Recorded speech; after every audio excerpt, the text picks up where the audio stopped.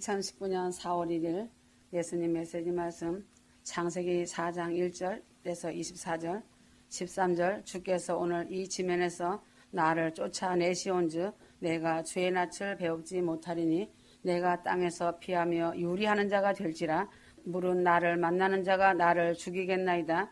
여호와께서 그에게 이르시되 그렇지 않다. 가인을 죽이는 자는 벌을 7배나 받으리라 하시고 가인에게 표를 주사 만나는 누구에게든지 죽임을 명케 하시리라. 가인이 여호와 앞을 떠나 나아가 에덴 동편 롯 땅에 거하였더라. 아내와 동침하니 그가 잉태하여 에녹을 낳은지라. 25절 나의 상함을 인하여 소년을 죽였도다. 가인을 위하여는 벌이 7배일진데 라멕을 위하여는 벌이 77배 이리로다 하였더라. 성도들이 7이라는 수를 축복의 수로만 알고 있지만 7은 또한 완전한 형벌의 수이기도 하다.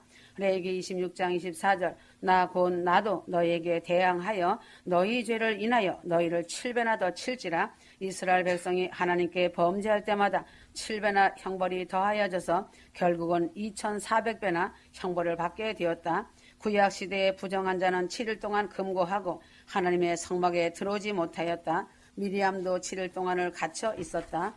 다니엘 4장 6절 느부갓네살 왕이 교만하여 광야에 쫓겨나서 소처럼 풀을 먹으면서 지난 때가 7대이었고 열왕기하 8장 1절에 엘리야 때의 아합 왕의 범죄로 인하여 7년간 기근의 벌을 당하였고 사사 시대에도 이스라엘이 하나님을 섬기지 않으므로 7년 동안 미디안에게 붙여서 고난을 당하였고 애굽에 7년 동안 기근이 들어서 고난이 있었고 종말 때에는 7년 대환란인 전무후무한 비참한 환란과 고통이 임하게 된다. 마태복음 23장에 화 있을진저 하시면서 7화를 말씀하셨고 요한계시록에도 7재앙, 7나팔 재앙, 7대접 재앙이 모두 하나님의 완전한 재앙의 수이다.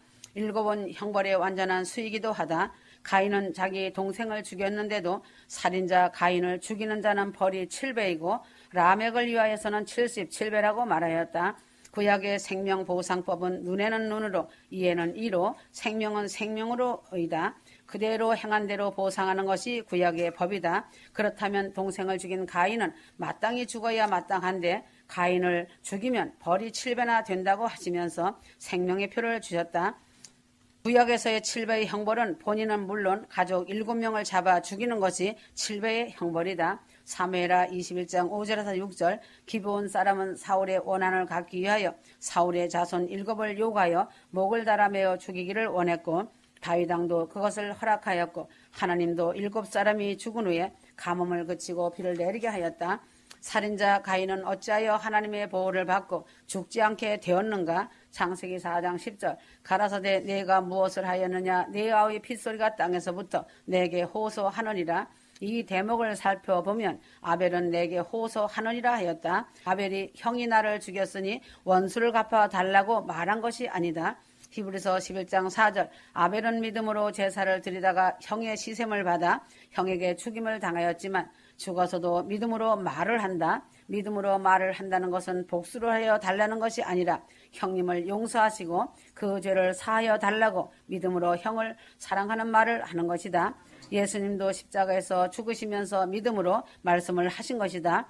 예수님께서 아버지여 저희의 죄를 사하여 주옵소서 하신 것 같이 아벨도 믿음으로 형을 용서하여 달라고 믿음의 말을 하였다. 가인의 간구가 있었다. 13절 가인이 여호와께 고하되 내 죄벌이 너무 중하여 견딜 수 없나이다. 가인은 비록 죄를 저질렀지만 하나님께 궁유를 베풀어 달라고 말을 할 때에 하나님께서는 생명의 표를 주시면서 가인을 죽인 자는 벌을 7배나 받는다고 말씀하시면서 가인을 보호하여 아벨의 간구를 응답하여 주셨다. 아벨의 피는 예수 그리스도 피의 예표이다. 우리 같은 죄인이지만 주님의 보혈의 피가 용서를 빌고 구하는 호소가 오늘날에도 계속되고 있다.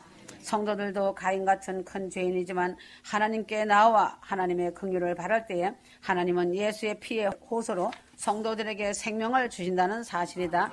그러나 아무리 예수 그리스도의 피의 호소가 있어도 내가 하나님께 직접 긍휼을 구하지 않으면 가인과 같은 생명의 표를 받지 못한다. 휴거 성도들은 죄인임에도 불구하고 하나님께 긍휼을 구하는 빚진 자 된 염치가 있어야 하나님께서 생명을 주신다. 라멕의 77배의 벌은 라멕 자신이 스스로 말한 것이지 하나님께서 말씀한 것은 아니다. 라멕도 역시 가인같이 살인한 사람이고 음란한 사람이고 나쁜 사람이며 죄인이다. 라멕은 아담의 6대 손이며 가인의 5대 손이다. 23절 라멕이 아내들에게 이르되 아다와 실라여 내 소리를 들으라. 라멕의 아내들이여 내 말을 들으라. 나의 창상을 인하여 내가 사람을 죽였고 나의 상함을 인하여 소년을 죽였도다. 가인을 위하여는 벌이 7배 1진데 라멕을 위하여는 벌이 77배 1이로다 하였더라. 세계 최초의 라멕의 시이며 검의 노래이다. 자기의 정당 방위를 말하며 자기 스스로가 살아보겠다는 뜻으로 77배나 자기를 해치는 사람은 형벌을 받는다고 말하면서 자기 자신을 가인보다 77배나 더 의롭다고 말하며 정당 방위로 소년을 죽였다고 말하지만 하나님께 회개가 없는 라멕이고 하나님의 형벌을 거부한 라멕의 노래이다. 7배의 벌은 가인을 보호하기 위한 하나님의 정하신 벌이지만 77배의 벌은 자기 자신이 향락과 자기의 상함을 인하여 사람을 죽인 라멕이 자기 자신의 보호를 위하여 임의로 정한 형벌의 수이다. 인류 최초의 노래와 시는 검의 노래이지만 인류 최후의 노래는 예수 그리스도로 말미암은 평화의 노래이다. 라멕은 77배의 형벌을 받아 마땅할 지금 이 시대의 현대인들에게 자기의 명성과 욕망과 쾌락을 위하여 라멕같이 살인하고 미워하고 다투고 시기질투하고 자기 자신의 살인을 스스로 정당화하고 영위하는 인생들의 생명의 가치를 파리 목숨같이 여기는 이 시대의 현대인들에게, 라멕의 후손들에게, 회개를 모르는 교회들에게, 자신의 정당함과 변화만을 주장하는 이 시대의 인생들에게 하나님의 중대한 심판을 경시하며 즐기게 바쁜 음란과 모험에 빠진 이 시대의 현대인들과 교회들에게 반드시 아벨의 피가 살아있으므로 호소하여 가인에게 생명을 얻게 하시고 가인을 해치는 자에게 7배의 형벌이 임하게 하신 하나님께서 그리스도의 피가 라멕과 같은 성도들의 죄가 77배나 더한 죄를 용서하실 수 있는 것을 믿어야 한다. 이미 예수 그리스도의 피는 호소하고 있으니 이제 가인같이 하나님께 나와서 하나님의 자비와 용서를 구하며 회개하는 자만 되면 과거에 아무리 라멕과 같이 살았다 하여도, 가인과 같았다 하여도 77배의 형벌의 수가 77배의 축복의 수로 7배의 축복으로 바뀌게 된다는 사실이다. 휴거 성도는 때가 때인 만큼 회개가 시급하니 회개하고 돌이켜서 하나님의 자비와 용서를 구하고 성령 충만받고 새 생명으로 재창조받기를 바란다. 가인과 같은 궁유를 얻고 영생을 누리는 휴거 성도들이 되어주길 바란다. 디도서 2장 9절에서 16절, 가르침 받은 대로 신실한 말씀을 굳게 붙잡아야 하리니 이는 그가 반박하는 자들을 건전한 교리로 권면하고 설득할 수 있게 하려는 것이라. 15절, 정결한 사람들에게는 모든 것이 정결하나 더럽혀진 자들과 믿지 않는 자들에게는 아무것도 정결한 것이 없고 도리어 그들의 마음과 양심이 다 더럽혀져 있느니라. 16절, 그들이 하나님을 안다고 고백하나 행위로는 부인하나니 가증한 자요 불순종하는 자요 모든 선한 일에 버림받는 자들이라. 사람이 제일 되는 목적이 무엇인가고 묻는다면 그 답은 하나님을 영화롭게 하며 영원토록 그를 즐거워하는 것이라고 대답할 수 있어야 한다. 휴거 성도는 자신이 세상에 살고 있는 목적을 분명히 알고 있어야 한다. 태어날 때는 아기로 태어나서 나의 선택권이 없이 태어나고 살지만 장성하면 모든 것이 나에게 선택권이 주어져 있다. 그러므로 성도는 뚜렷한 삶의 목적을 정하고 살아가야 한다. 삶의 목적이 없이 그냥 환경의 지배를 받으면서 환경에 따라 그냥 살다가 그냥 죽는다면 이 사람은 짐승, 즉 금수와 다름없는 인생을 살다가 죽는 아주 불쌍한 사람이다. 휴거 성도의 삶의 목표는 오직 예수 그리스도로 정한 목적을 항상 세우고 선한 양심으로 천국의 삶을 살아가야 한다. 내 인생의 참된 목표와 종착역은 예수 그리스도로 인하여 새 생명 얻어 재창조받고 변화된 몸으로 새 예루살렘성 아버지 집으로 올라가는 것이 종착역이다. 이 세상의 삶을 사는 최상의 보람된 즐거움이고 생활이다. 고린도전서 10장 31절, 그런즉 너희가 먹든지 마시든지 무엇을 하든지 다 하나님의 영광을 위하여 하라. 하나님은 사람에게 무엇을 하든지 하나님의 영광을 위하여 하라고 말씀하셨다. 하나님을 영광스럽게 한다는 것은 순수한 한국말로 표현하면 하나님을 빛나게 하는 것이다. 그러나 하나님을 빛나게 하는 여러 가지 방법이 무엇인가? 하나님이 몸바쳐 피 흘려 그 핏값을 주시고 사신 구원을 감사하며 크신 은혜를 등한히 여기지 않는 것이다. 히브리서 2장 3절 하나님은 나를 택하시고 사랑하시어 예수 그리스도를 주시고 예수를 믿게 하여 구원을 얻은 은혜를 주시었다. 이 받은 은혜를 감사하지 않고 등한히 여긴다면 이는 하나님을 빛나게 하는 것의 반대인 하나님을 멸시하는 것이다. 귀중한 선물을 쓰레기통에 버리거나 함부로 굴리면 이는 그 사람을 멸시하는 일이다. 가룟 유다는 50만 대 1의 경쟁에서 선택되어 예수님의 제자가 되었지만 이를 등한히 여기다가 멸망의 길로 간 사람이 되었고, 데마도 역시 사도 바울의 제자로 복음사역에 참여하고 성경에 이름이 오르는 사람이 되었지만 역시 이를 등한히 여기고 세상으로 배신하고 돌아간 사람이 되었다. 휴거는 나를 택하여 하나님이 구원의 은혜를 주신 것을 소중히 여기고 감사하면서 살아갈 때 하나님께 영광을 돌리게 된다. 은혜를 감사하는 사람이 하나님을 빛나게 한다. 시편 116장 12절 여호와께서 내게 주신 은혜를 무엇으로 보답할꼬? 내가 구원의 잔을 들고 여호와 이름을 부르며 여호와의 모든 백성 앞에서 나의 서운을 여호와께 갚으리로다. 용서의 은혜를 받았다. 지금까지 수없이 셀 수 없는 많은 죄를 지었지만 하나님께서 나의 죄를 예수 그리스도의 보혈을 믿음으로 말미암아 깨끗이 씻어 주시는 용서를 받았다. 용서를 받은 은혜를 감사하여야 한다. 구원의 은혜를 받았다. 지옥에 갈 사람이 천국에 가는 은혜를 받았다. 성령을 받은 은혜를 받았다. 하나님의 영이 내 속에 거하는 은혜를 받음으로 어찌 감사가 없을까? 아이러니한 일이 아닐 수 없다. 축복의 은혜를 받았다. 때를 따라 돕는 은혜를 날마다 받고 생활하는 성도들이 된 것에 감사하길 바란다. 사랑의 은혜를 받았다. 못난 자, 죄인, 죽은 자를 사랑하여 주시는 은혜를 받았으니 얼마나 감사한 일인가? 왜 감사치 않는가? 휴거 성도들은 하나님의 은혜를 감사하면서 생활할 때 하나님을 빛나게 하는 성도들이 되어주길 바란다. 은혜를 주었는데도 감사함이 없다면 뻔뻔한 사람이거나 그 은혜 주신 사람을 멸시하는 사람이다. 마음이 미혹되지 않을 때 하나님을 빛나게 한다. 히브리서 3장 10절 그러므로 내가 이 세대를 노하여 가로되 저희가 항상 마음이 미혹되어 내 길을 알지 못하는 듯 하였고, 성도는 날마다 마귀 귀신이 나를 미혹하는 것을 알아야 한다. 때로는 하나님께서 친히 나를 시험하여 영광 받으시기 위하여 시험을 주시기도 한다. 이러한 미혹과 시험이 올 때에 하나님을 향한 나의 일편단심을 보일 때에 하나님은 나를 기뻐하시며 영광을 받으신다. 일편단심은 나의 주를 빛나게 하는 일이다. 휴거 성도는 하나님과 소식이 끊겨 기도를 하여도 응답이 없고 하나님이 안 계신 것 같이 느껴지고 문제 속에서 질병의 고통 속에서 지낼 때가 있지만 이때에도 일편단심으로 하나님을 향한 마음이 변하지 않을 때에 하나님은 이 일로 인하여 큰 영광을 받으신다는 사실이다. 욥이 모든 괴로움과 역경 중에도 하나님을 향한 일편단심이 버려지지 않을 때에 하나님은 욥을 기뻐하시며 욥으로 인하여 하나님은 더욱 빛나게 되었고 영광을 받으신 것이다. 그래서 하나님은 갑절의 복을 내려주시고 장수의 복까지 허락하셨다. 일편단심 하나님을 사랑하는 믿음이 없이는 주님을 빛나게 할 수 없다. 괴로워도 즐거워도 하나님을 향한 일편단심으로 하나님께 영광 돌리며 하나님을 빛나게 하여 드리는 휴거 성도들이 되어주길 바란다.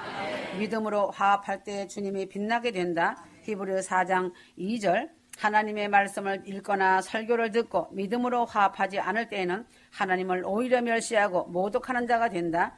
예수의 보혈의 피가 내 죄를 씻었다고 말씀할 때에 아멘 감사합니다 할 때 하나님께 영광이 되고 상급이 되고 하나님을 빛나게 하듯 믿음으로 하나님께 화합하는 성도가 될 때 하나님을 빛나게 하는 사람이 된다. 베드로전서 2장 24절 이 말씀을 듣고 믿음으로 화합하면 병이 떠나가고 나음을 입게 된다. 고린도후서 1장 20절 아멘으로 화합하여 하나님을 빛나게 하는 영광을 돌린다는 것이다. 히브리서 11장 6절 성도가 믿음으로 항상 하나님의 말씀에 화합할 때 하나님을 기쁘시게 하고 그 기뻐하심을 받은 자의 받는 복을 받게 된다. 순종은 내 생각에 합당한 것만 순종하는 것이 아니라 불합리하고 상식에 어긋나더라도 하나님의 말씀이니 그대로 무조건 화합하여 나아가는 것이 순종이다. 성도가 항상 하나님의 모든 말씀에 믿음으로 화합하여 하나님께 큰 영광을 돌리는 하나님을 빛나게 하는 휴거 성도들이 되어주길 바란다. 휴거 성도는 하나님을 거역하고 배반하지 말아야 한다. 하나님을 빛나게 하는 것이다. 히브리서 12장 25절 너희는 삼가 말하신 자를 거역하지 말라. 땅에서 경고하신 자를 거역한 저희가 피하지 못하였거든 하물며 하늘로 쫓아 경고하신 자를 배반하는 우리일까 보냐. 성도가 하나님께 순종하며 복종하면서 섬길 때에 하나님이 영광을 받으신다. 성도가 자식을 기를 때에 부모의 마음으로 모든 것을 경험하는 것과 같이 성도는 역시 하나님께 대한 순종과 복종으로 부모를 빛나게 하는 효자와 같이 하나님을 빛나게 하여야 한다. 하나님이 나로 인하여 기쁨을 이기지 못하시어 자랑하시게 하기를 바라는 휴거 성도가 되어라. 욥을 하나님이 사단에게 자랑하며 욥을 기뻐한 것 같이 하나님이 나를 자랑하며 하나님이 나를 기뻐하는 성도가 되기를 바란다. 오히려 밤낮 하나님을 걱정시켜 드리지는 않았는가? 부모를 빛나게 하는 효자와 같이 아버지를 빛나게 하여 드려야 한다. 하나님이 주신 큰 구원을 헛되이 하지 말 것이고 하나님이 내게 주신 은혜를 감사하는 성도가 되어야 한다. 내 마음이 미혹되지 않고 일편단심으로 하나님만을 바라보고 살아가는 성도가 되어야 하고 믿음으로 아버지의 말씀에 화답하며 살아가길 바란다. 배반하지 말고 거역하지 말고 순종으로 하나님을 사랑하여 빛나게 하는 성도가 되길 바란다. 그러므로 휴거 성도들은 이제는 주님 만나 배울 시간이 눈앞에 와 있기 때문에 하나님이 기뻐 받으실 떡이 되어야 한다. 레위기 24장 5절에서 9절 성막에는 법궤 분향단 떡상 금촛대 물두멍 번제단이 있다. 떡상은 출애굽기 25장 23절 아카시아 나무로 궤를 만드는데 길이가 90cm, 일굽잇은 45cm, 손가락 끝에서 발꿈치까지다. 서양 사람은 45cm, 넓이가 45cm, 높이가 67.5cm로 아카시아 나무로 만들고 금으로 싸고 떡이 떨어지지 않게 테를 두르고 금고리를 만들어 옮길 때에는 금으로 싼 나무 막대기를 고리에 꿰어서 메고 옮겼다. 이 떡상에는 매주일마다 안식일에 새로 만든 떡을 드리고 묵은 것을 물려내고 제사장들이 떡을 먹었다. 떡은 12덩이로 6개씩 두 줄로 진설하였다. 이 떡은 하나님께서 기쁘시게 받으시는 식물이다. 유대 나라가 망한 후에 다시 세운 제2성전 때부터는 식물을 주신 하나님께 감사를 표하는 뜻으로 사용하였다. 오늘날 주일마다 감사한 마음으로 하나님께 드리는 헌금이 이 떡상의 떡에 해당이 된다. 매주일 예배당에 와서 하나님께 감사를 드리는 헌금의 예물이 떡상에 새떡을 올리는 것이다. 8절 항상 매 안식일에 이 떡을 여호와 앞에 진설할지니 이는 이스라엘 자손을 위한 것이요 영원한 언약이니라. 이 떡 위에는 정결한 유향을 매줄 위에 두라고 말하였다. 7절 너는 고운 가루를 취하여 떡 12를 굽되 에바 10분의 2로 하여 여호와 앞 순결한 상 위에 성도들이 헌금을 드리고 감사 기도하는 것은 이 떡의 유향을 드리는 것이다. 성도는 헌금을 예배 시간 전에 드리고 감사 기도를 하나님께 드리면서 함께 하나님께 이 떡을 드려야 한다. 이 떡을 받으신 하나님께서 기뻐 받으시고 그 위에 하나님의 축복이 넘치게 된다. 떡을 드리는 것은 하나님으로부터 복을 받는 지름길이다. 하나님께 떡을 드리는 것은 쉬운 일이 아니지만 매주일 정성에 드려진 따끈한 새떡을 하나님께 드리는 자는 하나님께로부터 복을 받는다.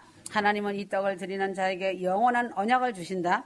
하늘문이 열리는 복은 11조 떡을 드리는 자에게 임하고 흘러가지 않는 복이 쌓이는 자가 되고 나를 해롭게 하는 자가 없고 뜯어먹는 자가 없어지고 밑빠진 독이 안 되는 것이 되며 황충이 금해지는 복을 받게 되고 토지 소산이 없어지지 않고 부요가 쌓인다. 잘 되다가 될 듯하다가 망하는 과실이 기한전에 떨어지는 헛농사를 짓지 않게 되고 남이 나를 칭찬하는 객관적인 복이 임하게 된다. 하나님이 기뻐 받으시는 떡을 드린 사람은 복을 받는다. 떡을 들은 후에 물려낸 떡을 아론과 그 자손인 제사장들이 먹는다. 오늘날 목회자들이 성전에서 일하는 자들이 성전에서 나는 것을 먹는다. 목회자는 이 성스러운 떡을 거룩한 곳에서 먹어야 하듯 성전에서 물려낸 헌금을 꼭 필요한 의식주 생활에 사용하여야 한다. 목사가 헌금을 가지고 골프를 치고 오락을 해서는 안 된다. 만일 성도의 헌금으로 골프를 친다면 하나님을 골프채로 때리는 행위와 같다. 예수님의 머리를 골프공으로 생각하고 골프를 치는 것이 된다. 성전에서 나오는 헌금은 제사장들의 생활비나 구제비, 선거비, 가난한 자들 섬기는 것에 사용하여야 한다. 하나님께 드려질 성도의 헌신인 전설병이 되려면 알곡이 되어야 한다. 떡은 밀로 만든다. 한국 사람들은 쌀로 떡을 만들지만 성경에서의 떡은 빵으로 번역하는 것이 정확하다. 빵은 밀가루로 만든다. 마태복음 3장 12절 떡을 만들기 위하여서는 알곡이 되어 곡간에 저장된 곡식을 꺼내어 만드는 과정이 시작된다. 알곡 성도가 되어야 하나님이 받으실 헌신의 제물이 되어지게 된다. 쭉정이는 아무리 자기가 하나님께 드려질 헌신의 제물이 되고 싶어도 키질을 할 때 이미 떨어져 나갔기 때문에 도무지 될 수가 없는 불가능한 일이다. 그러나 알곡은 키질을 할 때 환란의 바람이 불어칠 때 주인 안으로 키질하는 사람 쪽으로 안으로 들어오지만 쭉정이는 멀리 멀어지다가 결국 키 밖으로 떨어져 나간다. 날아가는 신자는 쭉정이 신자이다. 하나님은 알곡을 받으시지 쭉정이는 도무지 기회가 주어지지 않는 것이다. 지금이 심히 어려운 때이다. 주님께 달라붙는 안겨가는 가까이 가는 성도가 되어야 마귀가 채워가지 못한다. 알곡만이 천국 창고에 들어가는 것이다. 고운 가루가 되어야 한다. 레위기 24장 5절 너는 고운 가루를 취하여 떡 12를 굽되 매 덩이를 에바 3분의 2로 하여 하나님은 알곡을 갈아서 고운 가루로 만든 후에 다음 단계로 떡을 만드는 과정으로 들어간다. 알곡의 밀을 가져다가 가루로 만들기 시작한다. 이스라엘은 한국과 똑같은 맷돌이 있다. 맷돌을 돌려본 사람은 잘 알 것이다. 맷돌 위에 구멍에 밀 한 줌을 넣고서 돌리기 시작하면 밀은 맷돌 사이에서 끼어서 비벼지고 깨지고 부서지고 하면서 가루가 되어진다. 가루가 된 것을 다시 채로 쳐서 아직 덜 갈아진 것을 다시 넣고 또 돌린다. 알곡 입장에서는 죽을 지경이다. 다 죽어졌는데도 계속 돌리고 고운 가루가 될 때까지 계속 갈아진다. 맷돌은 두 짝이다. 위의 맷돌은 신약이고 아래 맷돌은 구약이다. 신구약 사이에 내가 끼어 들어가 말씀으로 갈아지고 깨어지고 할 때 하나님이 일단 채로 쳐보신다. 아직 고운 가루가 덜 됐으면 다시 넣고 갈아댄다. 시험, 연단, 환란, 질병, 어려움 등 깨지고 부서지고 가루가 되는 과정이 지난 후에 하나님의 기준에 통과한 사람, 합격된 사람만이 하나님께 드려지는 떡이 될 수 있다. 고운 가루는 아주 부드럽다. 고운 가루가 된 사람은 겸손하다. 모난 데가 없고 껄끄럽지 않고 온유하고 겸손한 사람이다. 교회 다녔어도 말씀으로 갈아지지 않는 사람이 있다. 갈다 걸러지는 찌꺼기는 결국 체에 남은 채로 껍질은 버려진다. 돼지가 먹는 구정물통에 넣어 버린다. 하나님의 쓰임받는 사람은 온유 겸손 부드러운 고운 가루가 되어야 하나님이 받으시는 떡의 재료가 되는 것이다. 반죽이 되어야 한다. 고운 가루를 가져다가 빵을 만들 때 반죽하는 것을 보면 밀가루에다 물을 조금 넣고 반죽을 한다. 반죽을 해가며 물을 조금씩 조절하여 반죽한다. 요한복음 3장 5절 물로 나고 성령으로 반죽되어야 하나님이 받을 수 있는 사람이 된다. 반죽은 제각기 흩어졌던 가루들을 일체가 되게 하는 것이다. 한 덩어리가 되게 한다. 물은 생명의 근원이 되고 씻어내는 일을 하고 자라게 하는 일을 한다. 예수 그리스도와 회개와 죄 씻음을 말한다. 예수 그리스도가 내 안에 내가 예수 안에 함께 연합하여 일체가 된 상태를 반죽이 잘 된 상태라고 말한다. 가루로만 있으면 바람이 불면 날아가 버리고 흩어진다. 그러나 반죽이 잘 된 가루는 한 덩어리로 절대로 바람에 날아가지 않고 흩어져 없어지지도 않는다. 하나님 물로 잘 반죽된 사람을 들어서 하나님이 받으시는 떡이 되게 하신다는 사실이다. 알곡 성도가 되고 말씀으로 깨어지고 물과 회개로 잘 반죽이 된 사람을 하나님께서 기뻐 받으시는 떡이 되도록 하신다.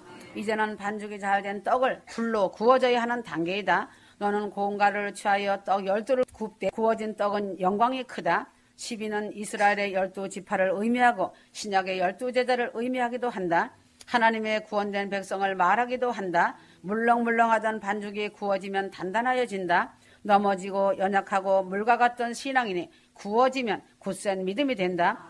반죽만 되고 구워지지 않는 떡은 먹을 수가 없다. 불과 같은 연단을 받아 불을 통과한 믿음이 될 때 하나님이 받으시는 떡이 된다. 불로 구워질 때는 알파체가 베타체로 변한다. 불과 같은 성령을 받을 때 성도가 변화된다. 같은 밀이지만 체질이 변하여진다. 같은 사람이지만 성격이 변하고 체질이 변화한다. 중생의 변화를 말하는 것이다. 불과 같은 성령으로 인하여 사람이 변화되는 것이다. 베드로가 성령 받기 전과 성령 받은 후의 변화와 같이 사도 바울이 성령 받기 전과 성령 받은 후의 변화와 같이 큰 변화가 이루어지는 것이다. 생쌀이 익은 쌀로, 날 고구마가 군 고구마로, 날 옥수수가 군 옥수수로, 알밤이 군밤으로 변하는 불을 통과할 때에 나타나는 변화이다. 하나님은 반죽은 되었어도 아직 변화가 되지 않는 사람은 안 쓰신다. 하나님은 변화된 사람 굳세고 맛있는 떡을 받으신다. 하나님은 연단을 받되 불의 연단까지 모든 과정을 통과한 사람을 들어서 쓰신다. 하나님은 사람을 연단하실 때 같이 아파하시며 같이 우신다. 그러나 연단을 잘 통과하며 오직 주님 안에 매여있는 사람을 보시고 기뻐하신다. 이 모든 연단을 통과하는 과정을 지켜보시고 난 후 하나님은 너는 내 것이라 하신다. 그러므로 하나님은 연단의 과정이 지난 후에 하나님의 기쁨으로 받으시는 떡으로 삼으시고 복을 주시되 떡반죽 그릇이 차고 넘치도록 주신다는 사실이다. 휴거 성도는 변화받은 과정인 성령의 불을 통과하고 불과 같은 성령을 받을 때 이루어지는 것이다. 그러므로 하나님은 아무나 받으시지 않으신다. 쭉정이를 받아 쓰시지 않으신다. 반쪽 쭉정이도 쓰시지 않으신다. 온전한 알곡만 사용하시고 쓰신다는 것이다. 깨어지지 않는 사람은 절대 쓰시지 않으신다. 깨지다 못하여 가루가 된 사람, 떡덩이가 된 사람, 기름에 잘 구워지고 불에 잘 구워진 사람만이 하나님의 기준에 합격되는 사랑을 있기 때문에 사용하시고 쓰신다. 물로 씻음받지 않는 사람, 회개함이 없고 예수 그리스도와 연합함이 없는 사람은 불가능하기 때문에 쓰시지 않으신다. 성령을 받은 사람, 성령의 불을 통과한 사람을 받아 쓰시는 하나님이심을 알아야 한다. 그래서 천국 가는 길은 아주 좁고 협착하고 가시밭길인 것이다. 휴거는 그리 쉬운 것이 아니다. 성령의 불을 통과하여야 한다. 회개만이 살 길이다. 휴거받아 떠나야 할 시간이 임박하다. 아멘.